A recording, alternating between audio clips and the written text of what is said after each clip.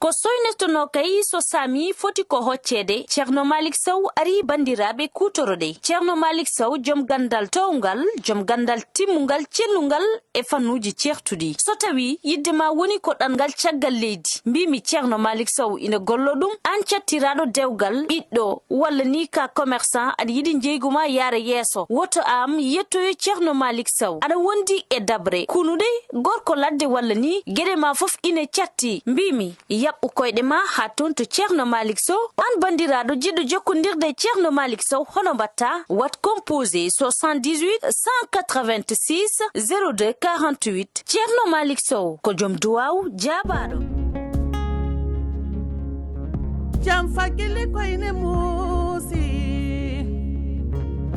mi yiɗa manjinmi ko jewdima anu yummiraɗo arwajo ɓeskuma kono foytudu men jango ko woni lal foko ma juuɗe jiitu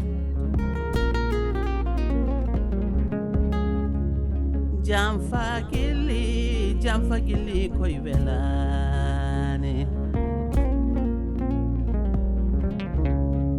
sa ummima wuro ma natelade toppita juma toppitoɗa jangde ma sabu jawdi aduna jarani ɗum duniya o duniya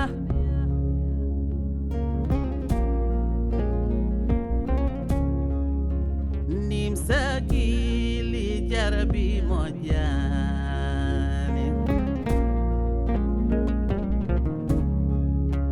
Nimso Guilli jarabi mojani Nimso Guilli jarabi mojani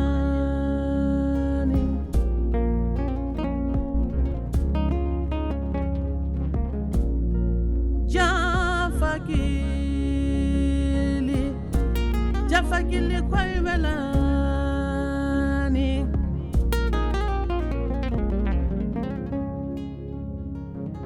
Nimso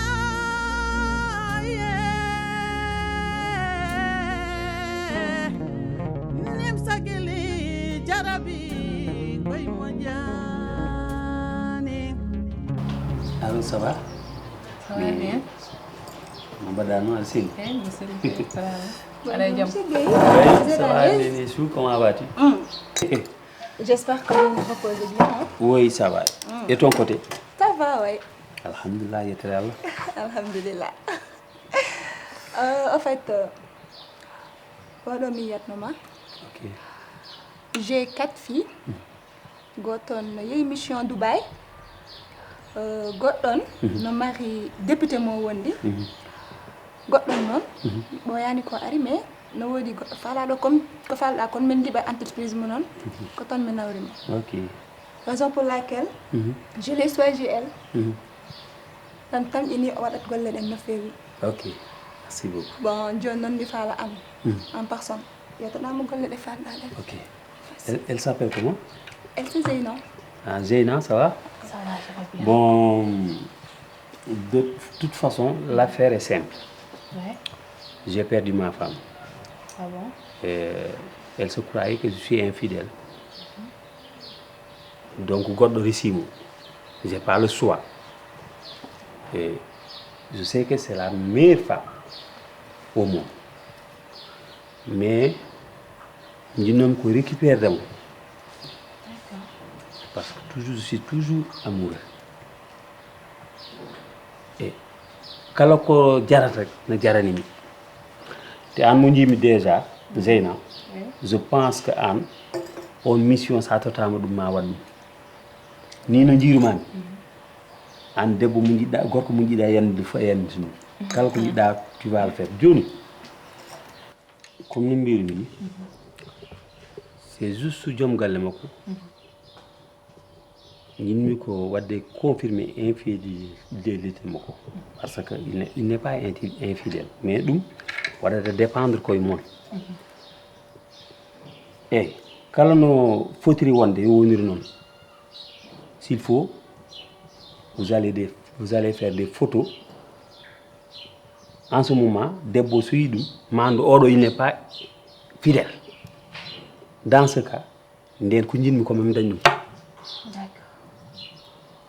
no jaranimi hunde fof noon te min mbiɗa andi an no mbaɗa ni kala no pilliɗa wadde échec wonta hen wallahi voilà ɗum dal wonno probléme ok monsieur Guèye sa lilima ɗan ha koyɗa sa yeehi aljanna ko burta toon merci waaw wat yo ɓerde ma ɓuuɓ tan a faami waaw hakkille ma yo deej mission yahat normal inchallah ok donc na ko ɗum tan ɗum taw wonno probléme a pari pour tout hein non min kay min kala ko jarani men no jarani no jaranimi ko ɓuuri ɗum sax wala kam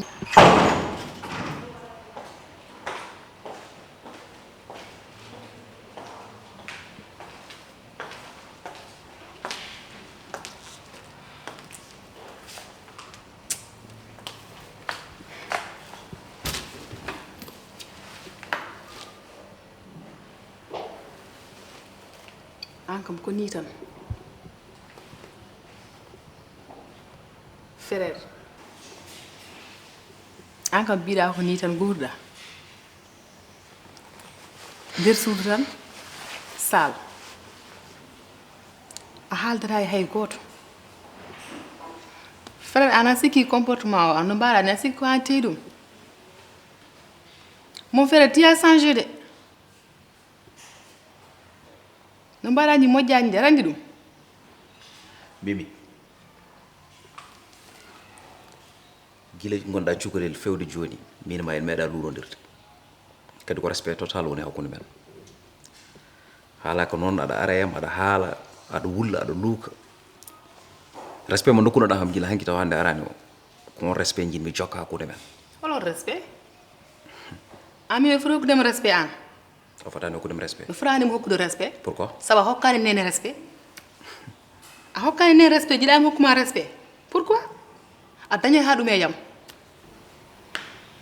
ƴewno mbaɗɗa e nene est ce que ne yooɗi ne yooɗi aɗa goni gonga wona pari ko jinnoɗa haalde ko aɗa wawi yaade min kala ko jinmi wawde haalde ma foof sinno ko saga mi parata saabu comportement mbaɗɗani e nene welanimi hay seeɗa ɗum a famdiri haalde ɗum eyyi sa welama kala ɗum kadi to jiiɗa ɗo min an e hoore maɗa andi ɓe mankani hay goto respect kono peut être ko nena manki hoore mum respect ko ɗum tagui manko ɗum respect suusaɗeya ko ɗum mani suutoma yaha suudo mani suutoma yaha te pique mais sa yiɗi mi hokkuma respect a hokkat nene respect suuɗade kay mani suuto saabu anno gonɗa ɗon kadi ka bonɗo Mimi a boni bugu a boni ha laaɓi yo on kattuki aɗa huccitayam aɗa haaldayam aɗa wulla aɗa ha joni weeɗa juuɗe a nanan kalanma ya lawol ma so tawi a pari mani suuto mais sa yiɗi mi hokkuma respect a hokkat nene respect yumma yoro ko worum respect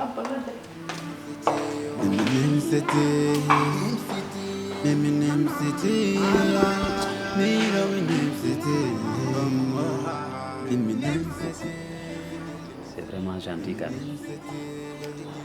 Je te l'avais dit. Oui. J'ai parfaitement confiance en elle. Elle peut tout faire. Merci. Ay ponkal ji danañ mi din fof timi falam bi jibde kankum imita. Ça se voit. J'ai T'inquiète confiance. Elle le fera inchallah. Ok. Bon jodindir non. Elle va dans 3 tranches. Premièrement, si men fuɗɗima totta men tranche goton joddi gotini. Deuxièmement, si men jokkodiri e wajo totta men deuxièmement. Troisièmement, si men gayni golle ɗe totta men. Donc c'est bien. À la problème. De toute façon là, je suis entièrement d'accord avec toi. Donc mami waɗa un échec. Hay problème goto ala hen inchallah. Oh non non non menen men même ça fait. Ah bon? Menen ko likit tan men gollirta. Ah pourquoi? Ay parce que golle amen mom martat trash 013. Sana ni Nimso wi a chakal golle nde caranda waynaki ɗaccudamo kanko goto winde makko allah addi Nimso gata jontaɗo ɓe gurti kono gontuɗa ko kañum Guilli a feji bonande fo sahaɗa holli tan Mia me bas an ko jataɗa haɓay dijudu ah pourquoi aɗa wadda e Amadou an yi ko gondene dow mum ko aɗa wadda e Amadou Janaba kala ko wawi fawade yam ko an waɗi tu sais min boyo mi yiɗano waddude makko mi dogima ha mi tampi ñande o ari fof ko ma waɗami attaqué haalaji bonde fof haalnami o haala ɗum ɗon to ɗum fof ko an fawi kam ɗum ɗon mbeɗa haala mbiya ko pourquoi aɗa haaɓe makko mais muña aɗa andi ko gondene dow mum ko muñ Janaba fawata kom ko pawɗa kom ha pare mbiya muña nani aduna ma boni joni holno mbaɗatmi wala ko ɗum gañannomi jinnomi ko ƴetten temps men mbaɗen gotel eɗen ɓuuco ƴiƴam mabɓe eɗen ɓuuco ƴiye mabɓe taw ƴeew en silence mais an min cerveau mo jinmi daña o woni ka ala quoi neɗɗo aɗa wawi ñamde tew ha gasa tawa ngolani ƴiyal bas mais c'est du n'importe quoi aɗan bonna liggeyam non Janaba o tawi noon so booyo boni needi mi dogi ha mi tampi o tawi kam mbi juuɗe o fiya kam mi woppiramo non ça suffit aɗa andi ko woni haala ka min jinmi ko mbaɗa disparaître quoi parce que il est temps to paami fa Fouta wat disparaître fa Fouta joɗoyɗa toon walla ganda no mbaɗɗa mais yaltu wuro ngo quoi yaltu wuro ngo an nder ƴewma nder to nde ko nder ga gonɗa wonnam ko ɗo de darimi mbatta ɗo hen nden an goto min de o saha ɗomi ɗo miijotomi ko miijo teŋe ɗe so ayi jiiɗa fof haɗa haala kalis ko miijiɗa hen million ngaji tati ɗi so ayi totteten pare ko temedere ujunere te ko nanda ko ɗum waɗa refta hen Moussa wima on peccat haalis o e hakkude hol sababu Moussa min pecce mum kalis o e hakkude Moussa suddaka safnaka konko ko no waraɗo tan temedere o heɓata nene Moussa jabantamam ɗum ɗon o wima ko aɗa heɓat feccere o heɓa feccere konko hor yejjid ko projet yimɓe kaldi Moussa o wawata tan ko jabde ko kalduɗen mbeɗa ko an haalantamo Moussa heɓata ɗo hay mbuuɗu temedere ujunere o heɓata somo haala hay mbuuɗo o heɓata hol sababu enen liggoɗen liggeɓen ha yettoɗo guitten kalis o fecceni Moussa e hakkude an gonɗa ka anda Moussa comment il est capable an kam ko an woni avocat Moussa walla an a deƴƴeta jalta goppida kam e Moussa min de mi faati ɓinguelam nguel to paɗa an Moussa nawi haqqille ma o koy min de mi dañi bandiraɓe gaare ballema Moussa de nawi haqqille ɓiyam Moussa feccota ko Moussa miwe Moussa feccota konko e Moussa no fecco Moussa hay mbuɗu heɓata Sar Maimouna Chicken woni koto Amerique nokku biteɗo Colorado aɗa yiɗi defde no hannirta ni jokkodir e makko dog e ko leelani wat abonné e chaîne makko YouTube ko toon o hollirta dendagal ndefuji ɗi kala ka debbo walla ka gorko aɗa yiɗi wawde ndefu tubakoɓe jokkodir e makko walla ala ko ndefu futankagal ɓurɗa yidde wawde fo omo laaɓa laccire haako ñiiri buna ñiiri cengle ñiiri liɗɗi dahin laru bettel gosi karaw cakri ɗum fo omo waɗa so tawi koye Amérique mbiɗa gonɗa aɗa yiɗi wadde inde yangue anniversaire noddumo walla ala ko commande jiɗɗa ha e galle mon jokkodir e Sar Maimouna Chicken mbimi so tawi aɗa yiɗi jokkodirde e makko noddirguel makko nan ɗon ko ɗon tigui woni tongorguel makko mbimi noon dog e ko leelani wat abonné e chaîne makko sa yiɗa hay hunde humpuma e dennagal ndefuji ɗi waɗata toon ɗi I have fresh fish, I have shrimp, I have smoked fish, dry fish, I have calamari. Mashallah.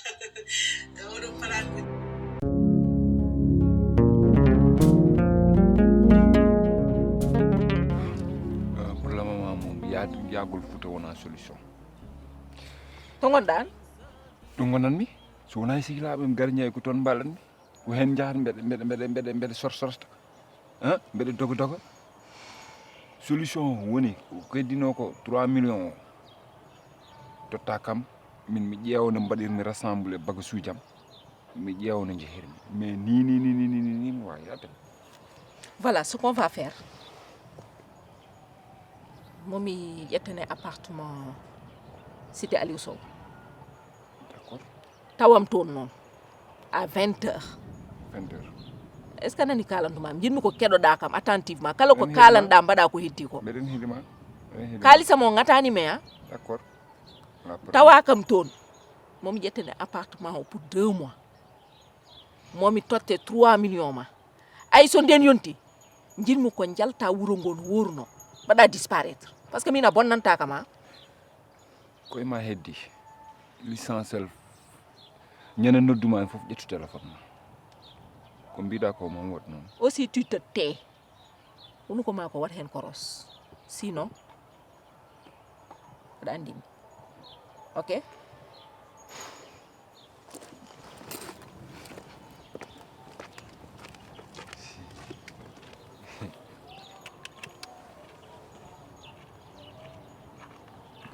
O debbo noon o yiɗi kam ko nanude mais o wawa kam nanude mo anduni 15 ans de service wona 15 jours de service o tottam kalisam o de so totti kam kalis o mami andi no mbaɗirtumi solution pour mi yalta wuro ngo tet min beltiji jom sudam kon bonam de wo ban modeja o gane wonde jom suudu muɗum kon jom suudu mum yidirmi ko jawdi ton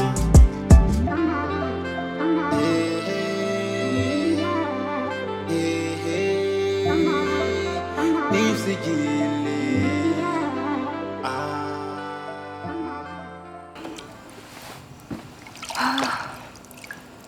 Bon, les filles, une petite réunion. Allez-y. Bien sûr. Maman, monsieur Gueye, comme fille wadio, mais problème on, woni wadion, wala hebde. Wadio déjà à la temps. Ko bureau mako, galle mako. O yata soirée. O yata concert, on jalta tawɗuɗa koyɗe jasa. Il n'a que les week-ends. Et les week-ends, mo galle mako avec sa femme. Maintenant, ɓen jewten hono wawɗen wadde ha heɓen mo dil men on mara ronka marde trace. C'est ça mon souci. Qu'en dites-vous? Est-ce que vous avez des informations? Ah bon, oui. Petite info juste. Jusque wajo dal o gallat e immobilier. Aɗat loué galleji, appartement, c'est tout ce que j'ai comme info.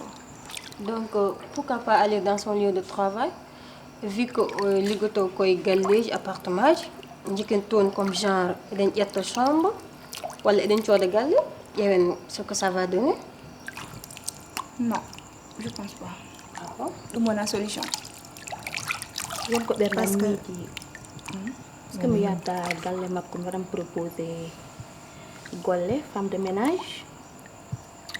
Femme de ménage, non, je pense pas. Pourquoi? Debbo makko okkata ɗum duuɓol. Debbo makko lam andi mo. On weeɓira noon sa jeehi toon déjà so darima tan o andat wona golle nabma. Ah, c'est pas possible. Holtako ɗum. D'après mûrement réfléchi, je pense que ça ne fala nangu de lingu mangu. Il faut être très intelligent. Ko ponkal non, je peux dire c'est une autorité parce que quand il a une agence de voyage, c'est parce qu'il est riche, il est connu. Donc il faut être très intelligent pour qu'il tombe. Et je pense qu'il n'y a pas mieux que photo au rewto ce jour là. Si 8 heures yoni tan mi fawoy lawol he min déjà mi waɗat fof ha mi anda heure mo dawta mi tagoyo lawol he so klaxonani min mi klaxona.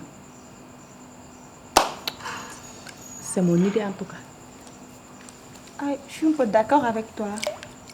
idée ma on samari seda par rapport à heddi peut-être une solution mais là c'est compliqué en tout cas.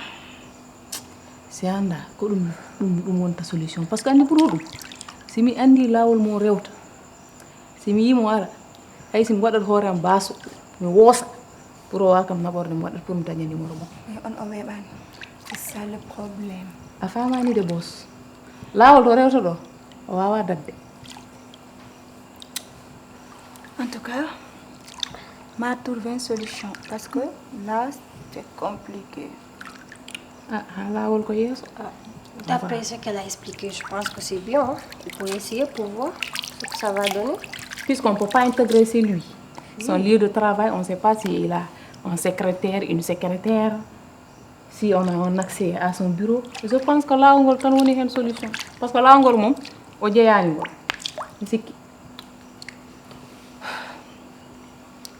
En tout cas, je vais y penser.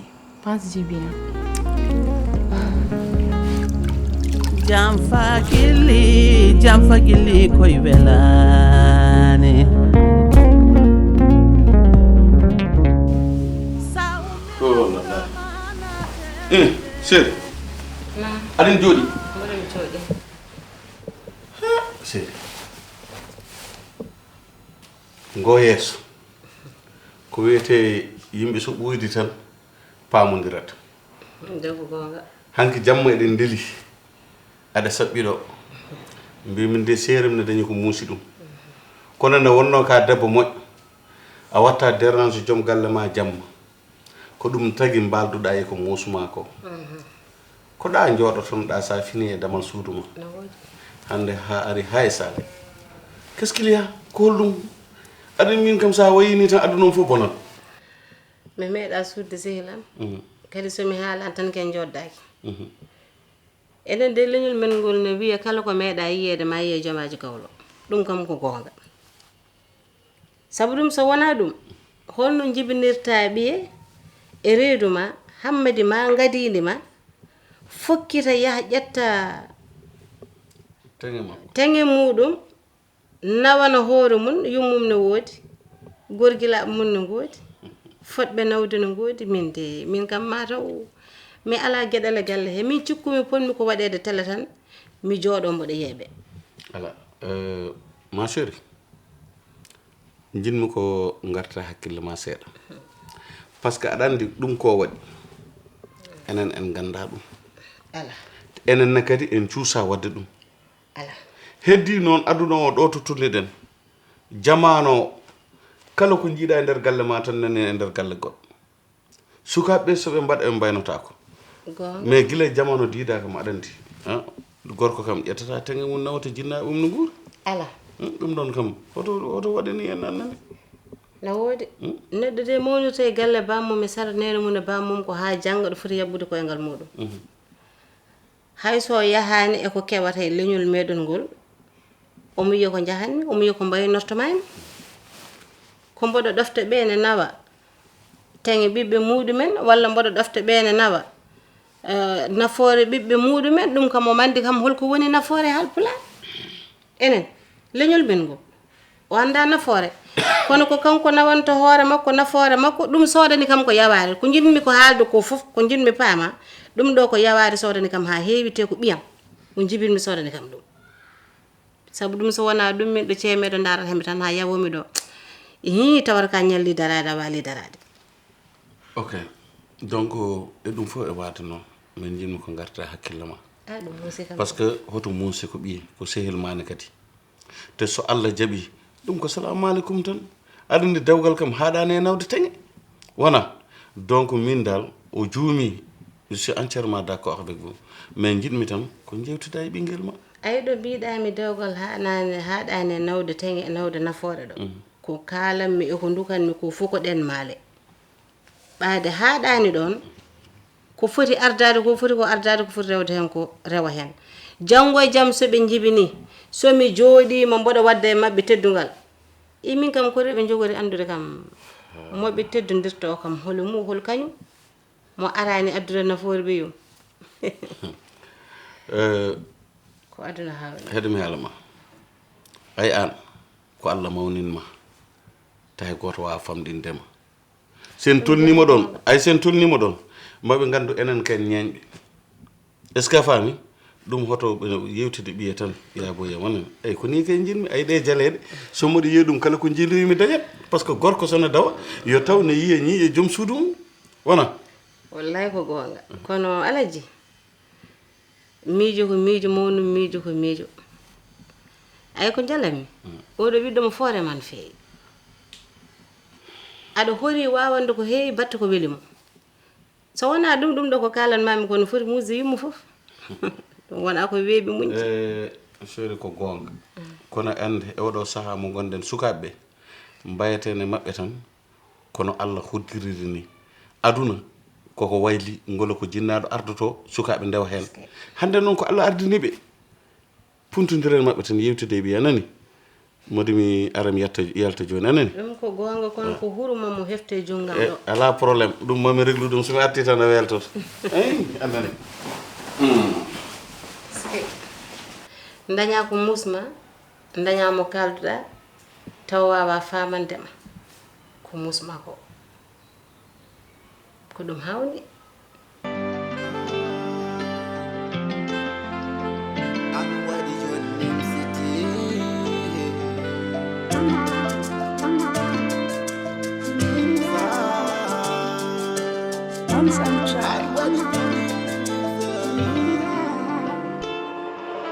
Nimso Guilli what habe gido mother yaga wanta nimsa Nimso Guilli what habe gido mother go wanta nimsa ay mimber jiji jam sudam kon bonam de wo pon mode ja ogane wande jam sudu mudum kon jam sudu yidirum ko jawdi ton sanani nimso wi acha kal golle de charanda wainaki dacudamo kanko goto winde makko Allah nimsa gata jontado ɓe ɓurti kono gontuɗa ko kañum Guilli a feji bonande fo sahada hollitam a haalanama o to yiɗama yikko jeebama ñani ñamde buuɗi maɗo ñande fo mi ñena haala caloɗa ka mubɓuɗo kite nafe kala nego boni ɓernde o takki debbo ma e garde reno serde nimsita innama Nimso Guilli nimsete mimi nimsete mimi nimsete mira we nimsete mimi nimsete mimi nimsete mimi nimsete mira we nimsete Nimso Guilli what habe gido mother yaga wanta nimsa Nimso Guilli what habe gido mother go wanta